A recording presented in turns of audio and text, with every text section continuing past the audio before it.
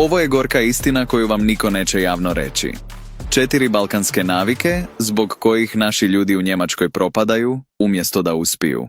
Prva i najgora, život za tuđe oči. Prva povišica, odmah se potpisuje ugovor za bijesno auto na leasing.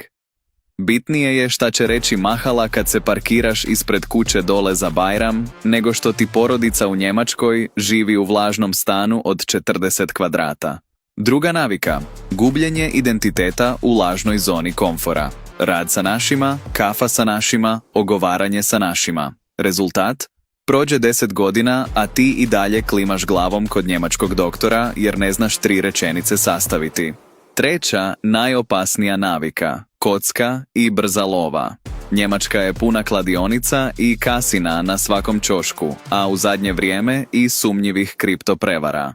Umjesto da krvavo zarađen novac investiraju u biznis ili školovanje djece, naši ljudi ostavljaju plate na aparatima i uništavaju porodice. I četvrta, mentalitet žrtve. Lakše je sjediti u njemačkom stanu, piti kafu i kukati kako je sistem nepravedan i kako te Švabo mrzi, nego se pokrenuti, završiti kurs, prekvalifikaciju i uzeti sudbinu u svoje ruke. Ko ima hrabrosti neka prizna koja nas od ovih navika najviše vuče na dno? Napišite mi dole.